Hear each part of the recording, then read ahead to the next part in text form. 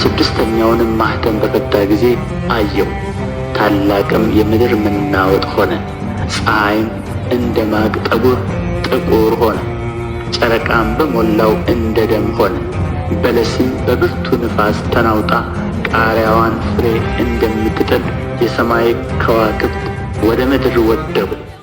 ሰማይም እንደ መጽሐፍ ተጠቅልሎ አለፈ። ተራራዎችና ደሴቶችም ሁሉ ከስፍራቸው ተወሰዱ።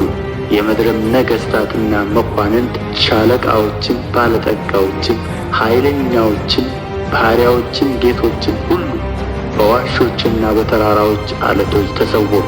ተራራዎችንና ዓለቶችንም በላያችን ውደቁ፣ በዙፋኑም ከተቀመጠው ፊት ከበጉም ቁጣ ሰውሩ።